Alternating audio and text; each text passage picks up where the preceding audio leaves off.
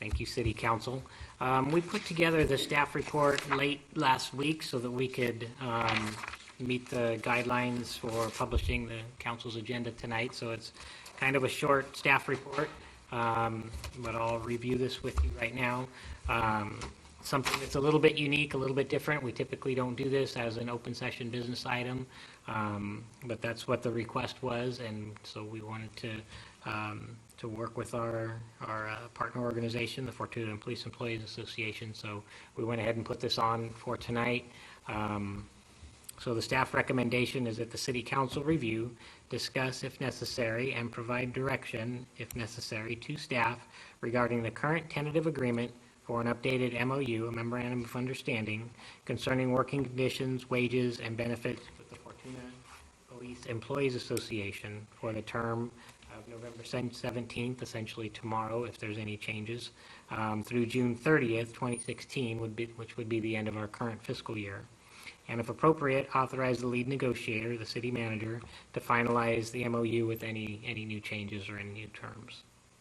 So in terms of a little bit of background, the City of Fortuna and the Fortuna Police Employees Association have been working cooperatively toward improvements to the MOU for the past 3 years. There have been many formatting improvements, making the MOU document itself more user-friendly, as well as agreement upon many working conditions and compensation enhancements. However, the term of the MOU is currently out of date, and the City and FPEA are working based on the prior year's MOU conditions. In addition to that, I should have put a note on here. Some things have carried forward into this current fiscal year, particularly the healthcare costs that are not being passed on to the members. The city was able to keep our healthcare costs status quo this year. The city and the Fortuna Police Employees Association have met many times and have reached agreement upon 11 of the 12 items currently under consideration for the current fiscal year, which started on July 1st. And there is one remaining item, a stipend from the FPEA's request, which is item number 4 on the attached tentative agreement, which is on page 263 of your council packet there. Under discussion represents an increase to compensation.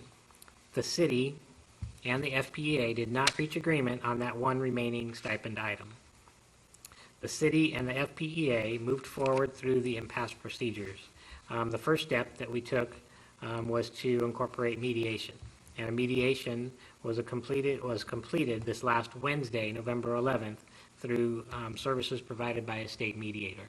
They actually, the association contacted the state, and they assigned somebody to meet with us, and they had a gentleman come down and meet with us last week, Wednesday. So the request from the Fortuna Police Employees Association leadership, and with a recommendation from that state mediator, staff is presenting the existing 12-point tentative agreement for an update to the Memorandum of Understanding between the city and the Police Employees Association. We're providing that for the council's review as a city council business item tonight. As the council is aware, the tentative agreement was discussed previously in closed session with the city lead negotiator, and a response was provided to the FPEA leadership earlier in the year based on that council direction. The next section is the fiscal impact. If the city council provides new direction to the lead negotiator to approve the stipend request, item number 4 on the tentative agreement, the current fiscal year general fund budget deficit will increase by $50,580. All of the other fiscal impacts associated with the terms of the proposed tentative agreement for the MOU have been included in the current fiscal year budget previously approved by the City Council. So that's what I have for you this evening, and again, on that page 263 of the packet, you have the listing of the tentative agreement. So I'll turn it over to the council. Council have any questions? I do. So I'm a little bit confused on why we're going about it this way, just because I'm new to the council. I know this isn't normal, but from my first budget cycle last year, what happened with the other departments was when the employees needed something, they went to their department head, and it was included in their budget. And so I'm just wondering how this is working out with, because like we did buy 2 new cars this year. We have done stuff for the police. And so they already take up, what, 52% of our general fund budget. And we've had multiple closed sessions, multiple conversations, and it comes out the same way every time. And I feel like as a city, we have to respect the process of going through the channels and the way that the process is developed. So I'm just a little bit confused on why we're now having this conversation in open session. I'm not exactly sure I have a clear response to that question. We have gone through the procedure, the negotiation process, similar to what we've done in past years. We have proceeded through this impasse process now, impasse procedures, and we incorporated a mediator. And this was a request that was made by the Police Employees Association to bring it to the City Council in open session. The mediator actually made the recommendation to me, to the lead negotiator from the city side, that we should go ahead and do that. I was a little bit reluctant at first, but, that's why you incorporate a mediator, to try and figure out, well, what is it that's holding it up and what can you do? And, the city wants to move the process forward, so I agreed to bring it forward. It is a little bit unusual, but that was the request, and so I felt like I should go ahead and move forward with the process and be compliant with that, and that's why it's in front of you tonight. Any other questions from council? Yes, no? Yeah, in a minute. Well, as I've stated before, I do feel like we need to do something for our police department. I've done the studies from Arcata County, Eureka, and Riedel on their wages. And our police officers from the lowest, our starting wage is like $4 less than all the other departments. And our dispatchers are just about the same as $4. I would like to be able to do something to keep some retention of our officers. It costs approximately $20,000 from hire, when they're first hired, for background, dressing, training, before an officer's ready for the street. So that's actually a big cost if we keep having turnover. Let's see. I also feel like our department is going down in size instead of up in size, and our crime is increasing. So I think that, that's another thing that we actually need to start considering, is having more on the street than less. We have, a few other new city employees, but especially if you're watching the Crime Stoppers and listening to the public. I actually go to those meetings, listen to the public on what they're talking about. And our department, we don't have enough people to be proactive anymore. We're just kind of reactive now, and I think that we really need to consider something here. Listen to what our citizens are saying about having more police officers. And I agree, I would love to give every employee the moon, but I don't feel it's fair to just give one association money when we're not giving raises or anything to anybody else. I do feel like the citizens, we came to them and we told them that we needed money in our general fund to do things like public safety, and presented Measure V, and no one voted for it. And now we have people yelling at us saying, you need to pay the police officers more and get more police officers, but yet they weren't there to support us when we went for that sales tax measure that we desperately needed. And so now that we have to cut things, like we told the public we would have to cut things, they're mad that we're cutting. And it's a bummer, but it's where we're at. We can't keep draining our general fund and have another year like we had last year and have extremely large hits to our budget and just keep taking it out of that general fund, because if that's how we're going to be, they're just going to be lining up at that podium yelling at us for overspending. And I appreciate the police officers. I wish I could give them the moon. I do. But I also wish I could give every employee the moon. And I just think it's not fair to give just one association more money when we can't give it to anybody else either. Because a lot of people in the city work hard, and there's a lot of things like our wastewater treatment plant that we don't see things happening, but they are constantly working and keeping things going.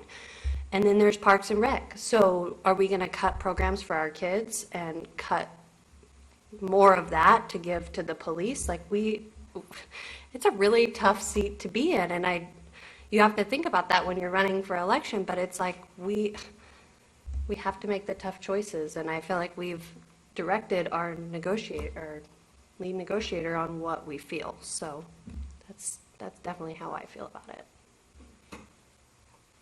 Any other comments? Okay, we'll open public comment. Mayor Pro Tem and members of the council, Charles Ellebrecht, President of the Fortuna Police Employees Association. First, I want to thank you for the opportunity to speak here tonight.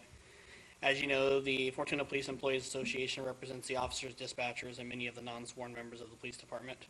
And we've been working without a contract for more than 4 months. And over the course of the last several months, we have been working with the city to establish a new contract. Additionally, both sides have met with the state mediator in an attempt to come to a resolution. With the mediator's recommendation, we are here tonight. We are hopeful that after speaking, we can come to a agreement and move forward with a contract that works for both the city of Fortuna as well as the men and women who risk their lives for the safety of our community each and every day. As you're aware, it's not only crime that's increasing in our community, so is the cost of living. Fortuna Police Department members are among the lowest paid in the county. With this, unfortunately, our police department is losing officers and dispatchers. And rather than rectify the problem, the city continues to deny any cost of living increase to our members and simply replies to our request for some form of compensation by stating that the city does not have money. While I will agree that the city's position that the general fund dollars are less than in past years, they still currently have approximately $3.7 million in reserves. Over the last several years, the council has eliminated the department's school resource officer position, our 2 detective positions, eliminated one of our animal control officer positions, and stopped funding the department's K-9 program. Without these positions, patrol officers are simply not able to investigate crime in our community. They are too busy responding to everyday calls for service. Additionally, just to maintain minimum staffing needs and respond to general calls for service, our dispatch center, which serves the entire Eel River Valley, and our officers are being forced to work 6 or 7 12-hour days just a week, 6 or 7 days a week, which include 12-hour shifts, just to provide the service to our community.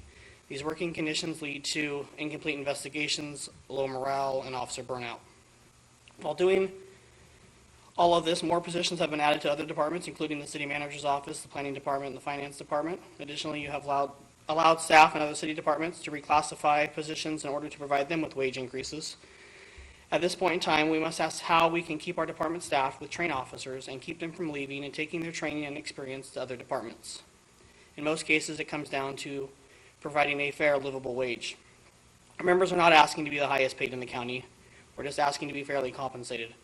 Our members received 0.5% of a pay increase in 2009, 0.5% in 2010, 1.5% in 2011, and 1.5% in 2012.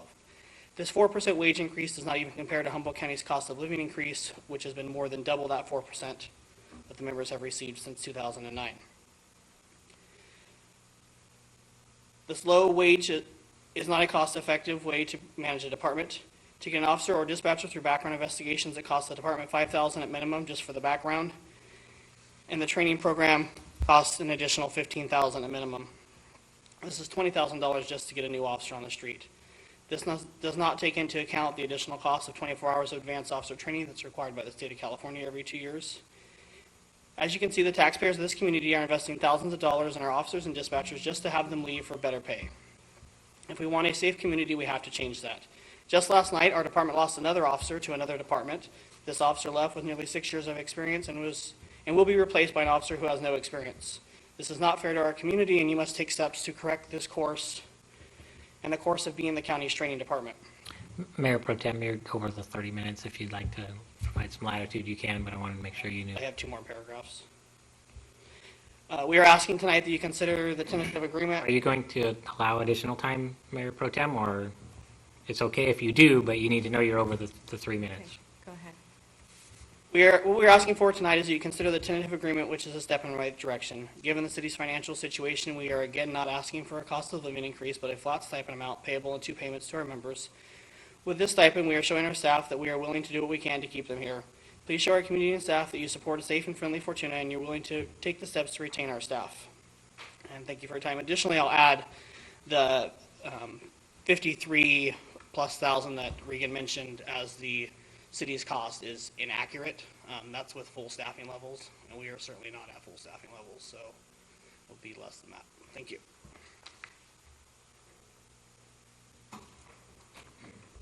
If I could comment, Mayor Pro Tem and Council, the amount that's listed in the staff report and on the tentative agreement is $50,580. This is the proposal that was made by the FPEA, and as you can see on page 263, I believe Jason Cadle, Charles Ellebrecht, and Justin Primafori, all three signed off on this tentative agreement with that specific amount there. So this is the information that I was providing to the council, which I think is accurate. If there's something different, when it comes down to it, we will share that with the council as well. But at this point, the number is $50,580, and we clarified that on Wednesday when we signed this agreement. Thank you. I'm Jenica Young, 1022 Home Avenue. Thank you, honorable members, for the council for the opportunity to speak tonight. I'm here to share with you my own experience working for the police department as a full-time dispatcher for 4 years. I spent many long 12-hour day and night shifts away from my family and friends, always willing to fill in where there were gaps, including nights, weekends, and many holidays. I listened to call after call of people's worst nightmares, including mothers whose infants had just died, suicide attempts, home invasions, to children being physically abused, and even the simple but sad phone calls from the elderly who didn't have anyone to help them do a simple task, such as change the batteries in their smoke detectors. The job is tolling physically and emotionally. After 4 years, when most dispatchers would have been at the highest point on the pay scale, I was still 12% behind the Fortuna pay schedule due to the city cutting back, and instead of giving a yearly 3% merit increase based on a yearly evaluation, which I always received honorable remarks on, to only being given a 1% increase at a time. This fact alone showed me that the city didn't care about all of the hours and work I was putting in for them, and that they didn't care for my well-being either. Sorry. Being unfairly compensated, I left my position as a full-time dispatcher. I now work on a public school schedule 8 to 5, Monday through Friday, with all holidays off, summer vacation, with comparable benefits, the same retirement, and an entry-level wage that's higher than what I was making after 4 years as a dispatcher. This year alone, Fortuna PD has lost 3 full-time dispatchers, me of 4 years, another of over 10 years, and one of which who is still in training.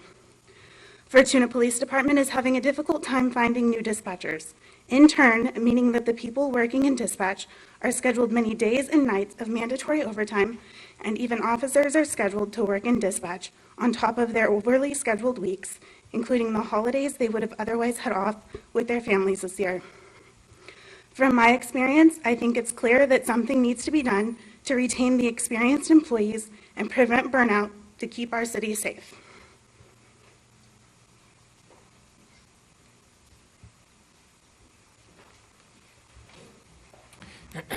Mayor Pro Tem and Council, there was a comment made regarding a 1% increase for annual evaluations. I will check into that with the police chief and with our human resources manager, but I don't know that that's entirely accurate. I will check. I don't ever recall approving only a 1% increase.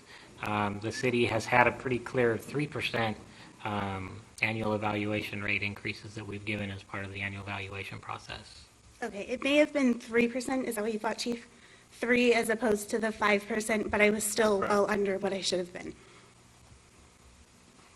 It was 3% instead of the 5%. Thank you. That's what I recall. Jason Cadle, Secretary for the Fortuna Police Employee Association. I'd just like to say it's the number of $50,000 that the city manager stated. Yes, that's what we're asking for, but as Jenica was saying, we've lost 3 dispatchers, And in the last 5 years, we lost 6 police officers. So in rehiring and retraining 6 police officers, it's cost the city over $120,000. So offering us a little bit of money to show the city's willing to work with the Fortuna Police Employees Association, I think goes a long way. And it's really not a whole lot when you consider how much it costs to keep rehiring, inexperienced officers and taking the time to train them to where when they get trained, they go somewhere else.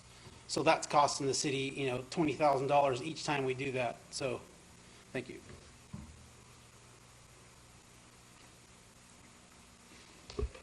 Excuse me, I'd like to comment to the council again one more time, just to make sure we're staying consistent and it's timely. I think that we agree as management. I'm sure that Bill will also chime in and agree with me that retention is a very important issue. It's an issue in all departments, and it faces all organizations. We don't like having to lose people and retrain people. It is a significant impact to the city and to the organization. And so we agree on that point. So I don't know if you want to also share some input there, Bill, but I just want the council to know that is a concern that we also have as management, and it's very important to the city.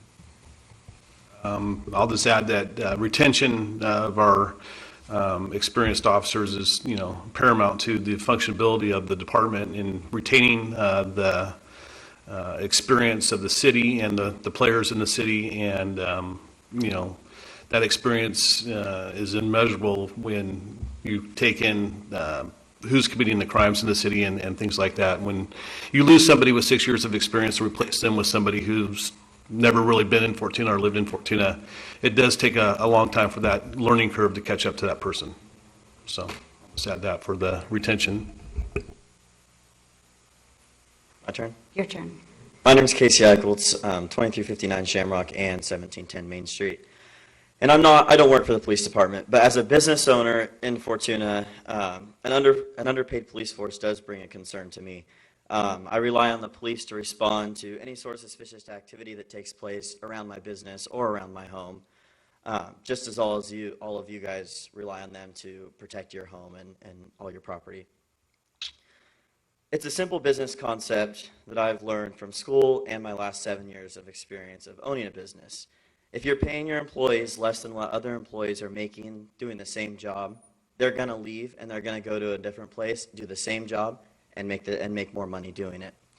Underpaying your employees is going to lead to low staff morale and lack of motivation to work efficiently. And a police department is not the sort of agency that you would want to have a low morale, especially when there's increasing drug use, not in just our city, but in around, and increased transients as well, which cause more problems. So it's critical that our police force is highly motivated and happy at work in order to keep our city safe and equal compensation that other employees doing the same job at different areas. Very critical to allowing them to do their job properly. Thank you. Any other comments? Okay, we'll close the public comment. Council have anything to say? I have trouble spending $50,000 when we're in the red. We've been battling this over in a lot of closed sessions, and we have said no to a lot of people's money. The city, since I've been around the city, which has been here started working in the Planning Commission in '05, so I've been paying attention to the city and what's been going on. We went through a time period when the city was rich, and we gave the police a lot of money. We brought the police up to standards, as close as we could get them. That was just before I got on the city council. But also in that time period, and then the other cities all go, well, we got to get better and better. So it's a continuous circle on that aspect. But as far as retention goes, there's been a constant flow and changeover of different officers in the police department over the years. So there's more to it than just money. They either don't like working here, or they want to move somewhere else, or they get a chance to go somewhere. So there's more to retention than just money, especially a $50,000 stipend. But the bottom line is that we have a city with 70-some employees. They all deserve a stipend. And we're at a point at the city council where our reserves are almost half of what they were a few years ago. And if we keep in this tailspin, in 3 to 4 years, we won't have a choice. There won't be we'll have to cut the police department, we'll have to cut the parks, we'll have to do everything to be able to keep the city afloat. Because if you don't have a reserve, things will pop up like unexpected events, like we had to pay $530-some thousand off out of the general fund for a lawsuit that we had. Those are the unforeseen things that you have to keep the money around in the bank. If the state decides not to give the money out at a certain time, we got to have money to make payroll. So you got to keep some sort of a bank account to be able to pay that. We took out of the reserves and bought 2 police cars this time around. You wanted 4, but we got 2 by cutting other departments in other areas. We sat here in a budget and cut all of that kind of stuff. And I understand you guys have a very tough job. All policemen have a tough job, but then other people have the same job. So how is it going to feel that if we pull more out of the reserves, it costs a lot to retain other people in the system also? Maybe there's other things we need to do. Instead of doing $50,000, let's hire another officer so you're not working so hard. Maybe we ought to quit getting the grants that pay just overtime. And if we don't do those, then you guys can all work just straight time and you won't have these extra little overtime. And then you won't be stressed and you won't be overworked. Maybe you need to work with us a little bit to figure out how to make you guys more comfortable than just giving you money. So, you're not going to get my vote for $50,000 because I've been telling no to everybody all along because we just don't have the money. But I understand where you're coming from. You're a great police force. Right now, the community, we get to hear all the goods and the bads of everything in town, and right now the police department is fairly on the upside. There's been years in the past when I didn't want to even associate with what was going on in the Fortuna Police Department the way the public looked at you. But right now, this is a great force. But I don't know how to come up with $50,000 and give it to the force without giving $50,000 to the parks and the public works and all of those people. And I don't like negotiating in public, but you guys are the ones who wanted to do this. So it's something that we've spent, I don't know if you guys know that in closed sessions, we've spent into 10, 11 o'clock at night battling this stuff out. I mean, this isn't an easy decision, and it's tough to do it on TV. Hopefully someday somebody will be sitting in a part like this where they're going to have to make those decisions. You got to be up here. We have 11,000 people that we have to please. That's what we were put up here to do. And those 11,000 people during the last voting told us that we have enough money. We're wasting it somewhere. So that's what tightened our belts. We got to decide what we're going to do. We can't go bankrupt. So we got to answer to those people. We got to answer to you people. And so I hope someday you guys get the opportunity to get up here and enjoy this fun. And I think, we talked about multiple different areas in the county that have higher pay, but they also, I think every city passed a sales tax initiative except Fortuna, including the county. And so now the county has all this extra money, which, yes, we got a drug task force officer out of it. That's great. Tammy had to fight super hard for that, along with staff, just to get a little chunk of that, because they said Fortuna didn't vote for it. And so it makes it really hard when we don't have our people voting for it, but Riedel, all these other people voted for it, and they have the money to do that. They have the money to come down and wave it in front of our officers and say, we got it, because the citizens voted for that. So that's what makes it really hard. And I want to say, I totally support you guys. I appreciate everything you do. I think our police, it's like teachers. They're completely undervalued, and why are people going to want to go into that industry anymore when you're not respected and you're not paid? But it's where we're at right now, and it's, like Doug said, it's a really tough seat to be in. I really don't like talking about it on TV. So my question is, what we have in front of us on the agenda, there's a motion. I don't really understand what that motion means. I don't understand it. I apologize for that, Councilmember Gardner, and the rest of the council. I struggled with how to write this. I will be honest about that. I haven't done this before in an open session. There's a lot of factors, of course, associated with running the city that are running through my head, and that all have an impact on this. The request was to put the tentative agreement, and specifically, I guess, item number 4 in front of the council in open session. So I guess ultimately what somebody needs to do is provide direction to your lead negotiator on how to handle, this tentative agreement. I guess it could be as simple as, continue with impasse procedures. It can be, It could be no action. it could be that you already have direction, please proceed. I don't know, I'm not exactly sure. That's why I wrote it a little bit vaguely, but I wanted to provide it. That's fine, that makes sense. And then we do have a closed session scheduled after this. Am I correct?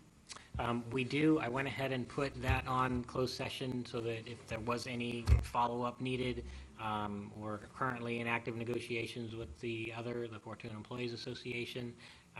Not really in active negotiations with management and unrepresented group, but I wanted to have the opportunity to again, continue to get direction from the council. And we're trying to prepare early so that we can prepare a budget that we can approve in, April, May, and June of next year, till we can get started July 1st with a set budget with all of our labor budget information set and ready to go as we start the fiscal year. That's the intent for negotiations at this time of year, as opposed to starting in the spring. Can I ask a question on one of the other items, or can we only talk about this one? Now we can talk about any of them. Okay, the split of the CSO and the dispatcher, putting those into 2 different categories. Was there a reason why you decided not to? I asked for that of the city manager at our meeting. I asked for that of the city manager at our meeting with the negotiator, and he declined. I'm sorry, what was the question, Tim? Were you asking me, or were you asking the association? Well, I asked the association because I thought, if I remember right, we were told that didn't really matter to them, so we were just going to leave it the same. Again, this is, these are typically, negotiation items and closed session discussions, but I'm sure Charles would probably be okay to share what we discussed. It was a request from the association.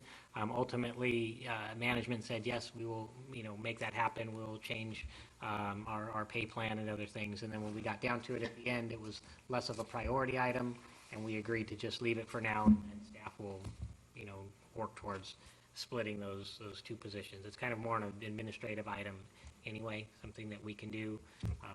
We don't currently have, I think this was part of the association's feeling, was that we don't really have anybody that's in dual roles right now. Is that the way? Currently, we have absolutely 0 field CSOs. I somewhat disagree with Regan's statement, not to go after you about it not being really an MOU issue. It would have to be included in the MOU as a represented class. Currently, the only represented class as it relates to dispatch and CSO in the MOU is the CSO title itself, so it's definitely an MOU issue. And again, I did ask for it at the table with the mediator. He said no, we didn't get into discussion on to why he said no. He said no. So essentially, it's not a monetary issue. It's not something that's going to increase the general fund budget or the budget for the police departments. It's simply an administrative item of separating those 2. The position now is a joint position. We don't have anybody in the CSO side, so it would be just Bill and I could work together with our human resources director and bring that forward. Okay, my next question is, as far as dispatch. Dispatch is, I think, an extremely stressful, it's a very difficult job. I've sat in the dispatch office with the dispatcher before. There's a lot of stress. They work holidays, they work weekends, they're in that little thing, and they're paid less than most of our administrative assistants in the city. I just think our pay scales from job to job are a little bit off. And, you know, I've said from the beginning, I don't agree. I think our dispatch and our police officers are very underpaid. And I think we do need to do something to bring the levels up, bring their pay scales up. Yeah, we don't have any money. You know, it will have to come out of the reserves, but it also costs a lot to retrain. You know, I just think we need to do something to try to keep some of the positions that we have, instead of spending that money on retraining new dispatchers or new officers. That's my opinion. I don't see that we're going to sit here and come to an agreement, and I'm not comfortable making a motion. So personally, my request would be that we've taken input. I would like to see us adjourn to closed session. That'd be my request. Is that something we can do? The council's perfectly free to make a motion or not make a motion, or move to adjourn to closed session. You're free to take whatever action you think is appropriate. As I understand, the request was to present the tentative agreement as you see it on page 268. That's been done. You've received public input. Now, whatever action you might choose to take is appropriate. Do people want to keep debating, or? No, I don't want to keep debating, but we did come up with a decision before with 11 of these items, and that's what we sent our lead negotiator out to do. So what we have to decide is when we do go into closed session, whether we're going to change those 11 or we're just going to say, give direction to our negotiator. That's what we've decided. Or we can go into closed session and just beat it out a couple more hours.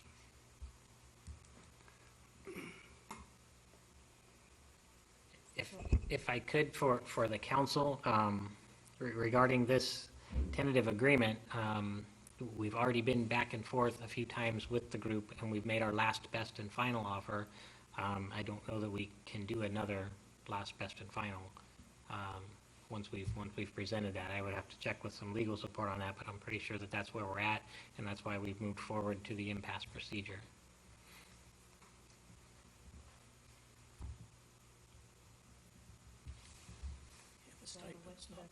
Council want to do?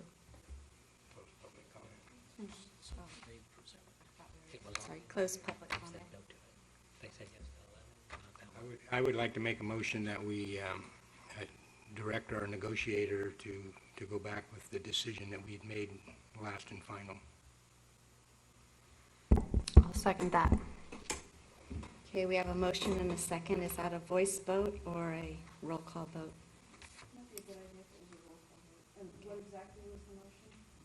To direct the lead negotiator to go back to our last best and final. To direct the lead negotiator to continue with the last, best, and final offer?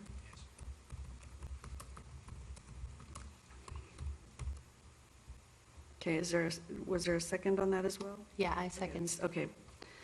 So, Councilmember Brown, Yes? Councilmember Stroh, Yes. I'm sorry, Councilmember Gardner, Yes.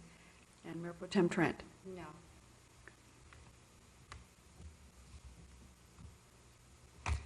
Okay, that